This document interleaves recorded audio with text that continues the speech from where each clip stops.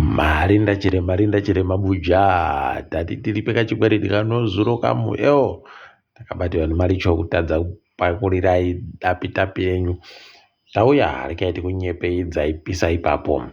Chamisa akaenda nozuro kuGrenville kwainoita kupururana nomhuri yokwa iye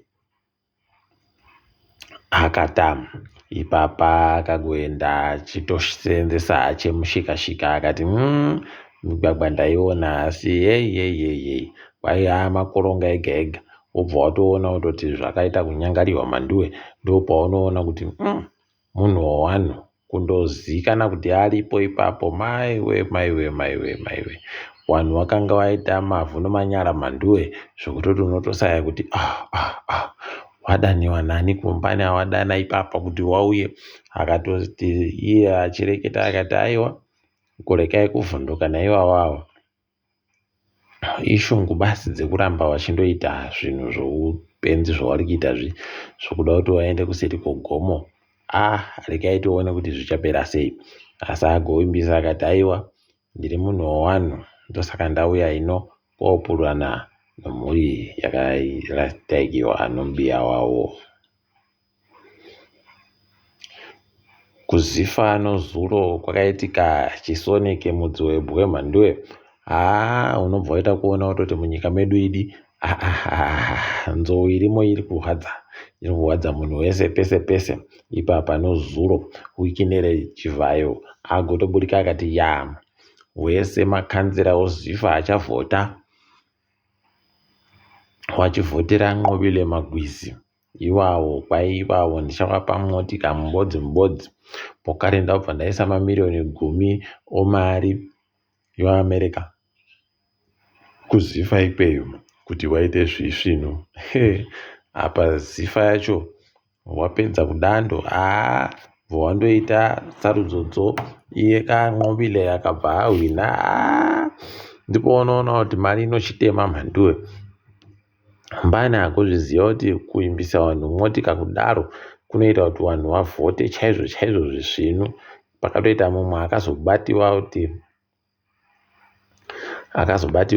anga ari kuda kutotora pikicha yovhoti yache mhanduwe idina yawe kuti azoratidza kamwe kuti iwe ndakatokuvhotera inini koringa ndakakuvhotera 1 rekai tione kuti zvinoenda nopapi ipapo nekutoti muitikiro wazvakaita wakasiya munhu wese ari kundoti mazviona izvo rekai tione kuti wachaita sei. Wanhu wakavhoterwa nozuro Nxobile Magwizi ndiye akaita mutungamiri wozifa president achibatsirwa naKennedy Ndebele iye akanga ari PSL's CEO pokare ari ndiye mukuru kuchikwata choHerentals chowabva Herentals Queens ndiye akabva aitawo pokare umwe wevanhu vanoteedzera iye Kennedy Ndebele. Asi kwai vamwe waripo ipapo wakazopinda mudare rinotonga zifa board pachirungu waari kuti Tafadzwa Benza Benza iyeye kwai kuna Kudzai Kadzombe uyo akambenge ari muteedzeri wameya wekuHarare, kuna Alice Zeure, kuna Davison Muchena, kuna Thomas Marambanyika, kuna Brighton Ushendi Bambo. Ivavo ndo vanhu vanenge varipo vachitonga zifa. Rekai tione kuti ichasvika papi, wachaperera papi. Tinenge tiri kunyepa zvimwe. Kwaimwonzora nozuro akatenga avhiringidziwa ipapa akarambidziwa kureketa nevanhu paanga aenda koopururawo mhuri waakata pakanyangariwa. Charlton Hwenda abva atoburika akati aiwa vanhu vanozviita vanhu vachamisa ivavo vari kuzviitisa waakunyanya kuenderera manje zvokusvika pakudzinga mumwe wevanhu vanomapata anopikisa kuti areke kuuyawo kunyahwa. Imi pakaita kuoma vari kukangamwa kuti kana vachiita vanoita vachisikinya tokono vanhu vanenge vakaringa zviri mumaziso wachindosaya mukana basi wekuti wakunhadzirire saizi inokwana. Hana yawe regai tigoona kuti zvinodini. Niki mangwana agotoburika kwakaita kunyangariwa, agotoburika ipapa ari kuti tada kuti izvezvizvi zveshuwa zviri kuitika zvinorwadza nekutoti wanhu wasiri wemunyika medu wanofanira pakupuwa marezinesi ekuti waite pfuti.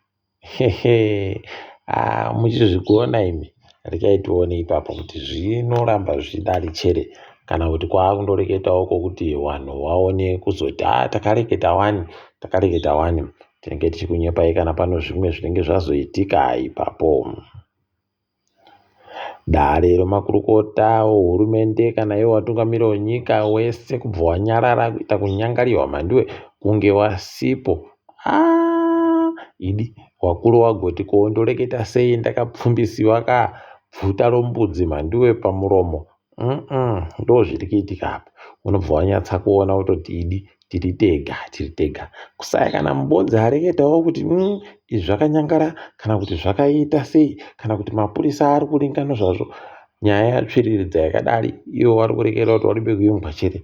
Regai tigoona peno vachaireketa mangwana pavari kuika mubiyawo oZANU-PF kumarinda oZANU-PF kuku. Regai tione ipapo. Tinenge tichikunyepai mhanduwe kuti zviri kutikaira sei. Nyika yeZimbabwe yagotenga chibage chakanyanya kuwanda kubva kunyika yeSouth Africa kwaizvuru zvinosvika 30 chaizvo matani 30,000 tons pachirungu zvakatobva zvichibahwe kuSouth Africa. Svondo rapfuura. Idi nzara yakaita kunyangariwa. Tikundoimba kuti zvinoita kuti mitengo ireke kuramba ichikaramatana nomanera. Regai tigoona kuti zvinenge zvina papi.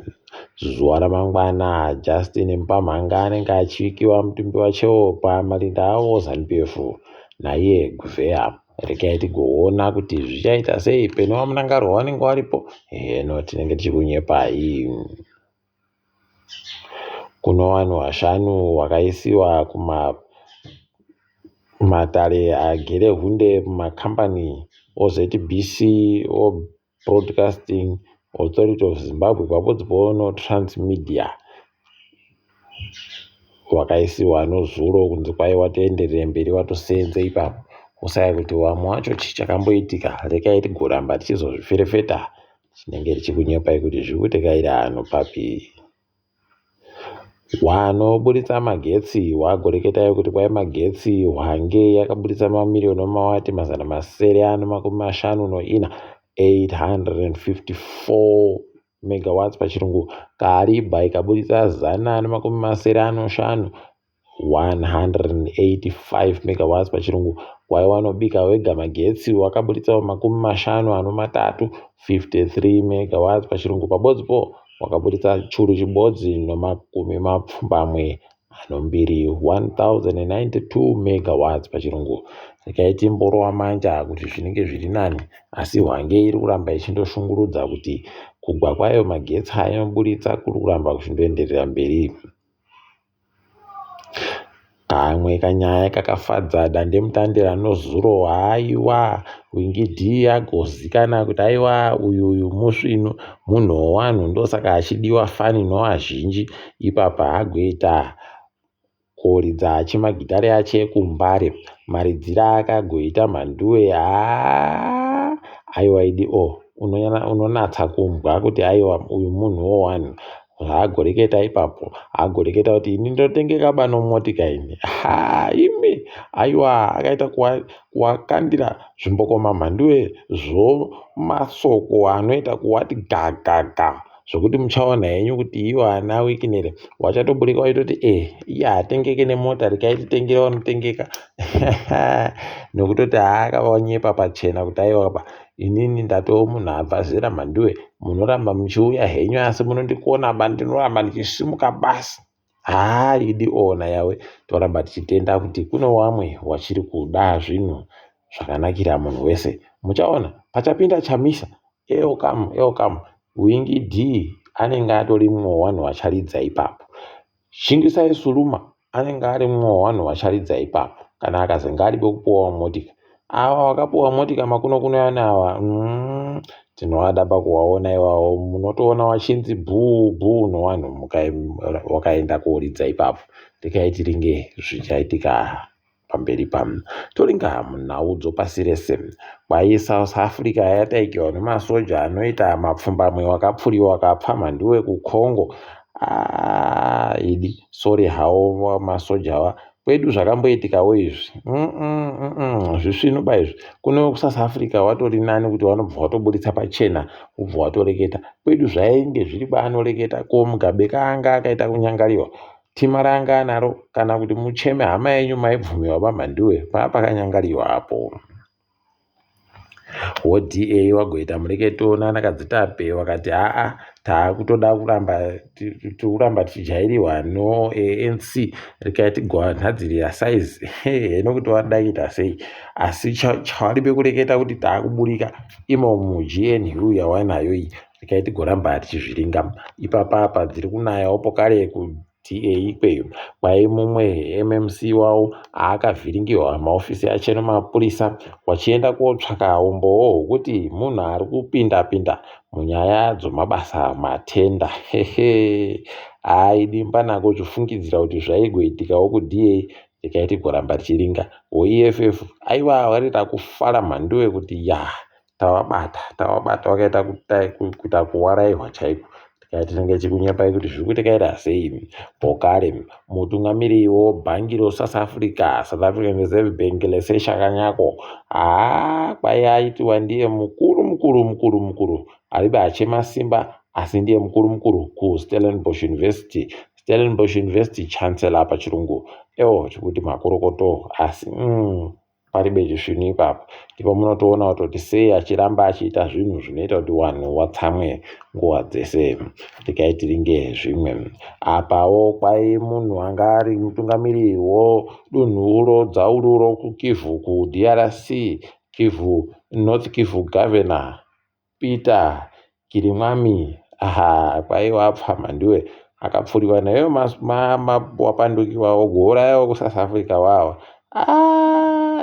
Ndipo munotoona kuti waakuita kunyangariwa inde vanenge vari kutoita kuziva kuti wari apa rikaiti waendere idi ngaazorore achemurugare pabodzi pounowo kuSouth Africa wo. Namibia ipapa yagoti isusu tamira hatichada zvekuti vanhu varume nevarume kana kuti wadzimai newadzimai wauye wachichatisiwa munyika medu. Taakuramba hatichazvida zvekuchatisa vanhu vasiri murume nomukadzi chaiwo pasi chigare. Ime pakaita kunyangariwa vanhu vamwe vakarwadziwa vamwe vakafara asi rekai tione vari kuita zvido zvayawe ndozvisvinu ipapa. Tikaringa takadaro woStandard Bank muSouth Africa kwaiwa gonzi vari kubhadharisiwawo choupenzi chisvinu chaicho chinoita mamiriyoni 13 mari yokuSouth Africa mo. Kwainonyaya kuti waribe kumangarira vanhu waifungidziwa kuti vanenge vari kutekaidza mari zvisiri izvo mubhangi mawo. Rekai tigoona kuti zvinoperera papi izvozvo. Uku kuGabon kwaino masoja tikuda kuita sarudzo mumwedzi wakubvumbi zuva rechigumi noviri 12 April pachirungu. Rekai tione kuti vanoita sei iyoyi. Tinenge tichikunyepai mhanduwe kuti zviri kuenda nopapi zviri kutikaira sei. Kaatikidzwa kanyasi ipapa kwaino Niger, Mali noBurkina Faso. Isusu takuda kutonhadzira pasipoti yedu inosenza munyika dzedu dziri nhatu. Kwairi kutanda kusenza musi watinoburika muECOWAS zviri pamutemo. Kana zvikabudirira izvozvi ndipo munotoona kuti wachatoita vamwe basa wachatouyawo kupinda muchisoja ichocho wototi taano nyika dzedu taakuzvitonga. Rekai tigoramba takaringa hedu.